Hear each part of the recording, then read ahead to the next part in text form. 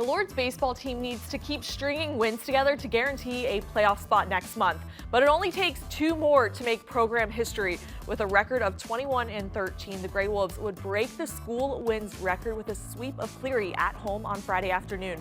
Most of their roster hails from Northern Ohio and Southern Michigan, including transfers from last year's World Series team at Owens Community College. Years of experience together are leading to success.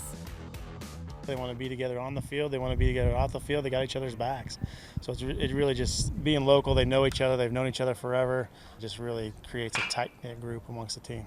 We're trying to get better and beat those records that this program set, and I think we're on track to do it. The confidence that our team's gotten in the past couple of years is astounding. I think we just took that energy we had from last year and kind of just built on this year and trying to make it the most, especially for me because it's my last year, so I'm just trying to have fun with it. Everybody wants to win, obviously, and that's a big thing on our mind, is to continue to win and make it to the tournament. And yeah, I mean, the big difference between this year and last year is just pitching and our defense, man. It's made a huge adjustment, and we're still swinging the bat. That's never really been an issue here, but improving on the mound and defensively. I was at Owens the last few years, so me plus 3 came over this past year, and then 2 from the previous year before I played with. Just that experience and like that run together kind of kept us together and like made us want to keep carry it on to another program in that way. So I mean, I know a couple of them were about to give it up after last year, but they decided that I think that run kind of pushed them to play again this year.